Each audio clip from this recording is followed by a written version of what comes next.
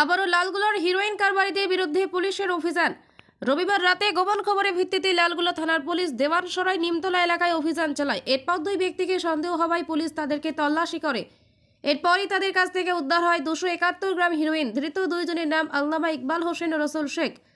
রবিবার ধৃতদের 7 দিনের পুলিশ হেফাজতের আবেদন জানিয়ে লালগোলা থানা থেকে বহরমপুর এনডিপিএস আদালতে পাঠানো হবে। পরিবার সূত্রে খবর, এই হিরোইনগুলো ওই দুইজন লালগোলার কালমেঘা এলাকায় কোনো এক হিরোইন ব্যবসায়ীর কাছে নিয়ে যাচ্ছিল।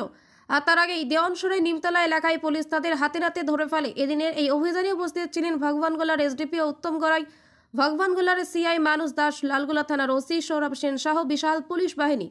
এই হিরোইন কারবারের সঙ্গে আর কে বা কারা যুক্ত সেই বিষয়ে তদন্ত করে দেখছে লালগোলা থানার পুলিশ। লালগোলা দেওয়ানসরাই থেকে রাজীবের সাথে ফরহাদের রিপোর্ট, সময়ের কথা চ্যানেল। সত্যের সন্ধানে আমরা সবাই। একটা সোর্স ইনফরমেশন ছিল যে দেওয়ানসরাই দিক থেকে দুজন কিছু হিরোইন জাতীয় দ্রব্য ক্যারি করে নিয়ে যাচ্ছে। তো সেই মতো আমাদের পিসি অফিসার বিশ্বজিৎকে পাঠানো হয়। ও দুজনকে ডিটেন করার পর তাদের কাছ থেকে 271 গ্রাম হিরোইন পাওয়া গেছে। বাজার মূল্য কত হবে?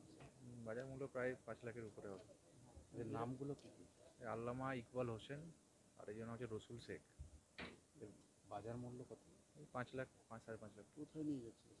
এরা বেসিক্যালি কালমেঘার দিকে কোনো একজন ব্যবসায়ীকে দেওয়ার জন্য নিয়ে যাচ্ছে। এদেরকে কি আগামী যে কোর্টে পাঠিয়ে রিমান্ডে চাওয়া হবে? হ্যাঁ, পিসি নেওয়া হবে তাদের কাছে। কতদিন? পিসি 7 দিনের জন্য দেওয়া হবে। তাদেরকে স্যার কোথায় ধরা হলো জায়গাটা? দেওয়ানসরাই নিমতলা পাওয়ার হাউস মোড় যেটা। এদিকে চেপে যাও, পিছিয়ে যাও। তার আগে কি আপনি আমাকে সার্চ করবেন?